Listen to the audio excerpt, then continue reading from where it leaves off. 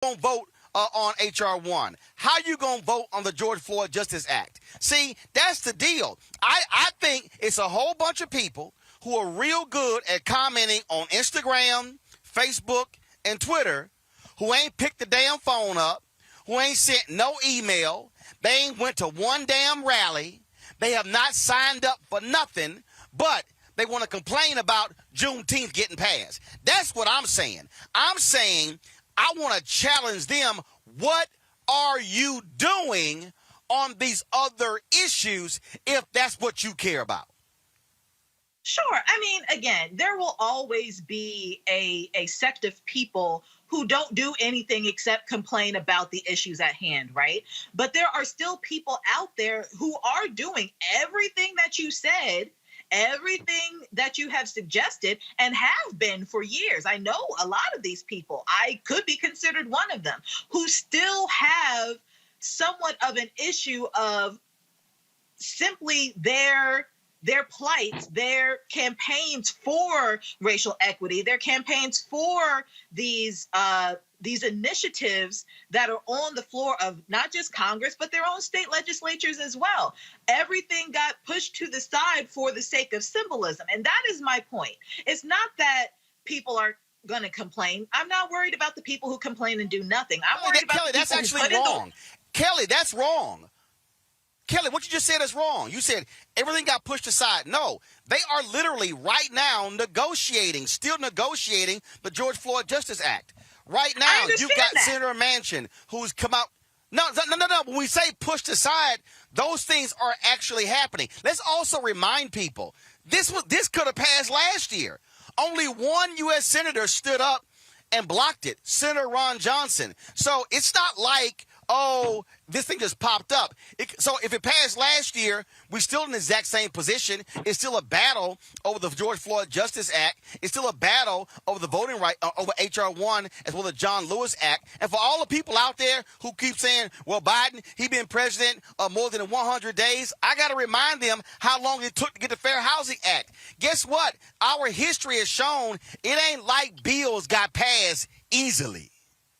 I completely understand what you're saying, and I'm not disputing that. All I'm talking about is the perception of it all. It is perceived that these bills have been put to the wayside. It has been perceived that our needs and our desires as Black people in this country to just be on the same footing as our white counterparts, all of that has been pushed to the side. I'm not saying that it has been, but that is the perception when you see bills that have been on the floor for months and years. And when you see people who have been on the front lines for years for those initiatives, all for the symbolism to take over, and yet the initiatives themselves being rejected. I'm not saying that the initiatives themselves have been abandoned. I'm not saying that they're not still being negotiated. What I'm saying is, even though it took a long time for Juneteenth to get here as a federal holiday, the perception is that it overrode everything that we've been doing this year in the past couple years under 45.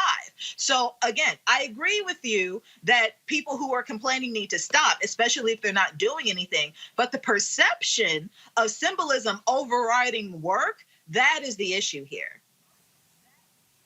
Here's my perception that's also a fact. It's a bunch of lazy-ass people who spend more time talking and complaining than actually putting in work. Talk to any pastor. They'll tell you 20% of the people in the church do the work for the other 80%. And in our community, it's the exact same way. Right now. So here's the deal. For every person who is sitting here bitching and moaning about Juneteenth, today, Black Voters Matter is beginning their caravan from Mississippi all the way to the nation's capital. They're starting today in Mississippi, and they're going to end here in the nation's capital June 26th.